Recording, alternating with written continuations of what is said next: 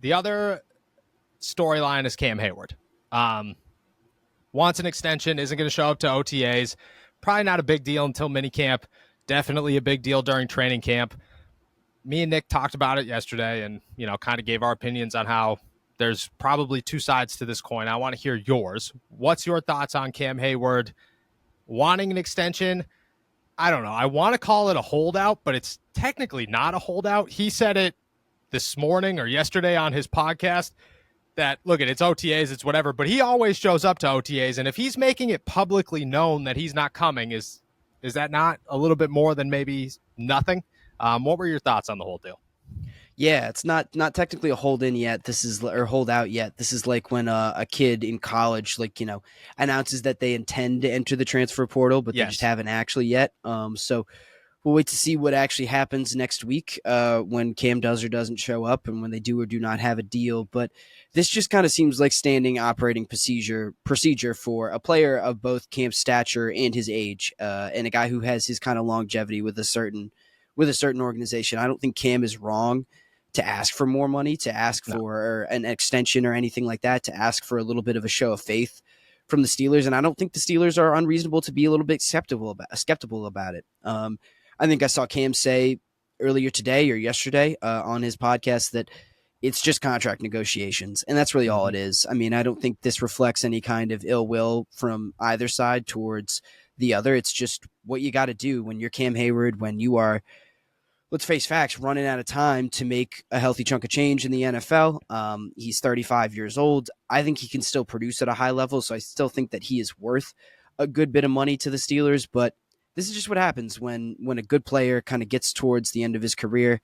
I do think he's not going to end up showing up to OTAs next year. I don't think they'll come to a deal as soon as next week, and probably not very soon after that. I think we're going to have to live with the reality that Cam Heyward's not going to be around for a lot of these offseason workouts, and that's going to freak some people out. But to be honest, I'm not super worried about it. I think this is just how the NFL works these days, and you can't, if you spend your time getting super worked up about this, super concerned about it, I think you'll lead yourself to a bad place that you don't need to. Look, I agree. I think for right now, it's Cam is cordial and the Steelers are cordial, and there's no reason to freak out because they're two people. If this was Deontay Johnson, that was the example that I think I want to stick with, is if Deontay Johnson chose to hold out this season because the Steelers kept him around and he wanted a contract extension, but they weren't going to give him one, there's something to talk about, something pretty massive to talk about. Cam Heyward, right now, for where we stand, it's okay. You have to imagine that both sides are going to give a little bit, that the Pittsburgh Steelers are going to look at this and say, this is Cam Heyward. He's been around a long time. We want him to stay around. He's an important piece to this team. He's an important face to the city. There's just a piece of when Cam retires, we want him to be, in the schedule release videos like Debo, that kind of stuff. Like, you want to make sure that that's okay. And then at the other side of that, it's Cam Heyward understanding like, hey, look, I am 35 years old and I've been here, and as long as they make good to some degree, things should work out. But there's a part of me, and I don't know if you agree with this, that the NFL is a business. And I think Cam's on the tougher part of this business side because he is 35 years old and he's going to make $22 million this year. So it's tough to say that if Cam hit the open market next year, he's making that same amount of money. And I think this year, fine, pay him. That's good. I was totally fine with it. I'm totally fine with it today. I don't think that should change. It's just moving forward. What is that price tag? What are you looking for at 36, 37 years old? Because it can't be super high. And if it's not, if you're looking at a $15 million a year deal, I think that's totally fine. I think both sides should get a deal done. If Cam's looking for a lot more, I think maybe that's when I'm like, oh, okay. Maybe at some degree this is a little worrisome on Cam's side, because he's going to want maybe more than he's worth, I guess.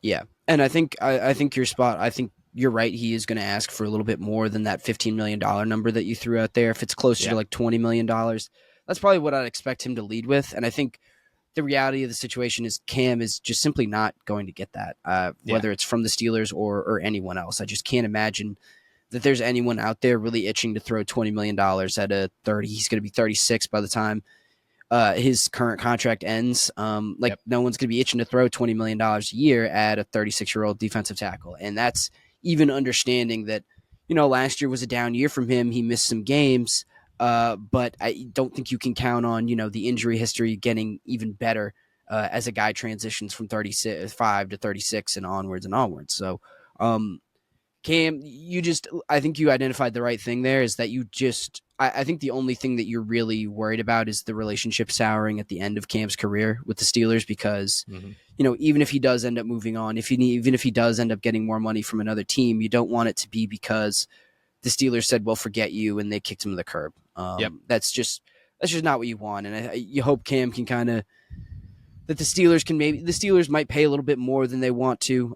Cam might get a little bit less than they have to. I think that's all you can really hope for. Is just that both sides come to some kind of amicable conclusion and that you don't have to, go through the ugliness of a breakup or a trade or something like that. I agree.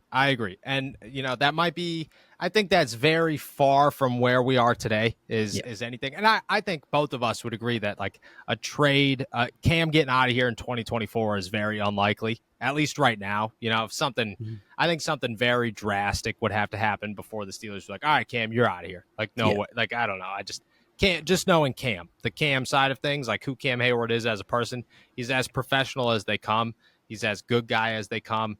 And I think that he's not gonna let it get there. But I agree with you. There's the thought that maybe it doesn't work out. Maybe this is headed for at one point a breakup. A part where Cam Heyward has kind of outlived his time in Pittsburgh, and that's tough. But it's happened a number of times. The Pittsburgh Steelers are quite frankly known to kind of say, okay, look, you've been here long enough. It's time to move on. Hines Ward, Troy Polamalu, Ben Roethlisberger, all major names where the Pittsburgh Steelers at one point have said, look, we've done all we can do with you. It's time to find somebody new. And if that comes with Cam Heyward, the Pittsburgh Steelers, I don't know how prepared they are. Are the Pittsburgh Steelers a year from now? Because chances are they're not going to add anybody between now and the end of this upcoming season to fill that role. Are the Pittsburgh Steelers ready to live a life without Cam Heyward? Yeah, I mean, that's the question. I mean, I think you've got a pretty solid foundation already with Keanu Benton, but that's really just one piece. That's only one guy, and you're going to need a lot more than that to fill the void that Cam Heyward leaves behind. And they've started to kind of, address the pieces a little bit. I mean, you got Dean Lowry, but I don't think that's a long-term solution. You got Logan Lee. We're going to learn a lot about where the Steelers are at with the evolution of Logan Lee and where he's at in year one and what kind of potential the Steelers see in him because, on the off chance that he is, another cornerstone piece that he can be a guy who can play at the level of, I'm not going to put him on the level of Keanu Benton because obviously Benton's been there and done that to a certain extent in his rookie year in the NFL. He's looked really good and they see so much potential in him. Lee, I think, is a little bit more of a wild card. I think you just, if you assume Cam Heyward's moving on after next year, you got to invest heavily in the draft. I think it's really that simple. I think you need to look younger. You can't look for just kind of Band-Aid solutions or anything like that. You've got a pretty old rest of your defense outside of, Joey Porter and all these backup corners that you have. Maybe Peyton Wilson is a piece that you add in there as well, but you need to start kind of building the next generation, building up front, doing what you did on the offensive side of the ball, building around, the front seven and what you're doing up front with some younger pieces. And I think that's where you got to start before you start looking at, big name free agents or anything like that. I agree. I think you look at the NFL draft, you look to pair somebody with Keanu Benton. I think even if you could, I think the Steelers are in a situation where Larry Ogunjobi's probably gone next year. Cam Heyward could be gone next year, and Keanu Benton's going to fill one of those roles. I'm not going to say anybody else on that roster is just yet. I don't think DeMarvin Leal's ready. I don't think Isaiah Loudermilk's ready. I don't think Logan Lee, we could assume anything just yet. But you could probably grab another one and fill two of them with two young guys, and then you really only have to find a nose tackle. And I think a nose tackle is much easier to fill than the other two positions. I mean, regardless, still very important, but, Ndamukong Suh's sign all the time, and there will always be those 35, 36-year-old middle of the line, just put him there, he's going to stuff somebody type of players. And you could probably find somebody to say, okay, you're our guy for a season, 2 seasons max if you need be. But I agree with you. I think it becomes an absolute priority and a pretty high one that I don't know. Like, it kind of depends on the quarterback situation. That's the big thing here is what does Russell Wilson, what does Justin Fields, what are they sitting where are they sitting next year? Are they on the Steelers roster? Are they not on the Steelers roster? That plays a major impact here. But I think it's got a good shot to go right up to the top of the Steelers draft needs, or at least the Steelers needs in general. You know, you got to expect Roman Wilson to do good things in a year from now. Hopefully he's like a really good number 2 and you feel pretty good about that as the Pittsburgh Steelers, and maybe Calvin Austin develops or whoever. I think outside of corner and quarterback, it might be right there. Like, it might be top of the list. I think either way, it might be top of the list. Yeah, and I think if you assume kind of, I mean, I don't know what the best case scenario is at quarterback. I mean, I feel like it's maybe that Russell Wilson moves on, that Russell Wilson moves on after a year and you're able to extend Justin Fields this year and then he becomes awesome. But like, you know, taking the quarterback part of it out of the equation, I think, you know, best case scenario, you get a little bit of something out of Dante Jackson, you get a little something out of Beanie Bishop, or you know, mix of corners that you have in there right now. Peyton Wilson turns into something as an inside linebacker and you're able to keep around that core a little bit. But you know, I think even in the best case scenario, defensive line, you know, interior defensive line has to be at the top of the list, just like you said. I mean, like you said, I mean, just when your options right now are, you know, Logan Lee, Isaiah Loudermilk, Montravius Adams, you know, Larry Ogunjobi, like that's just an older group, plain and simple. And it's an older group that hasn't proven to be super elite, even in the same way that Cam Heyward is. So I think you've got to, you know, to put this label on someone's a little unfair, but you got to start shopping for the next Cam Heyward, the guy who can be around here for a very long time and just play a position in a way that you don't have to worry about it for a while.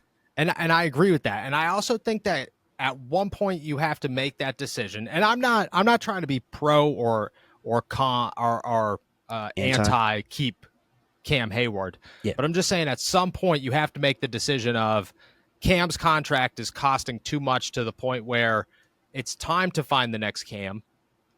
And finding the next Cam, you also have to be smarter because you also have to pay George Pickens. You have to pay Pat Freiermuth. You have to pay one of these quarterbacks. You have to pay James Daniels and, you know, all of these guys and keep them around, Minka, TJ. And to do that, you kind of have to let a major salary cap hit go, and that might be Cam Heyward. Again, I'm not pro or con anything. I'm just saying that if Cam's coming in here asking for way too much money, you might be in a situation where it gets tough because, just like you said, it's time to, like at 35, 36 years old, like they have that in Keanu Benton, it looks like. They got to find another one. Yeah. And it also, I think it depends entirely on what the Steelers do this year, which is kind of obvious, but like in terms of winning, you know, like if they make it right up to, if they make it to an AFC championship game and they lose by a touchdown or two, like I could see Cam Heyward saying, fine, I'll take a discount. Let me try to get that Super Bowl ring that I've never had before.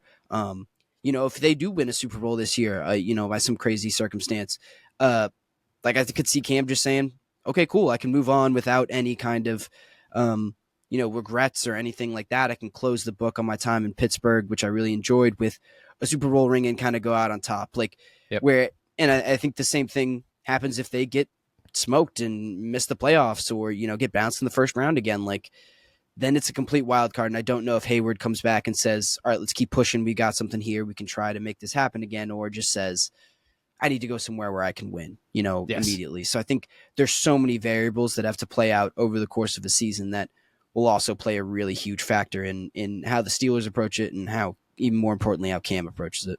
We're going to have to talk about this multiple times throughout this offseason, obviously. Yeah. But what are the odds Cam doesn't play this year? Oh, I think next to zero. Yeah. Like I don't know. Until he's not out there for week one, you know, unless until he's like not dressed, you know, for week one, I'd still be, you know, at least 95. It could be, you know, what time does their first game? Are they a 1:00 game on there in the opener? Yeah, 1:00. 1:00 Atlanta. Yeah. Until like 12:45 on September the 7th or whatever day or September the 8th, whatever they open, I'm going to be pretty confident that Cam Heyward's going to be playing for the Pittsburgh Steelers. Yeah, I agree. I think the second that this came out and everybody started jumping on, they're like, "Wow, he's playing." Like, you know, this is a 35-year-old holdout. This is a totally different situation than anything else. This is just like you brought up Deontay Johnson. Like, yep, it's the closest comparison, but like this is Cam Heyward we're talking about, man. yes, This is not. Yes. This is not like this guy has an emotional attachment to the Steelers in a way, and to the city of Pittsburgh in a way that, and I don't think he's going to let himself get taken advantage of because of that. But it's just different, and it feels like a cop out to say that, but like it just is. And Cam Hayward's a completely different animal than any other contract holdout that I think you'll see around the rest of the league.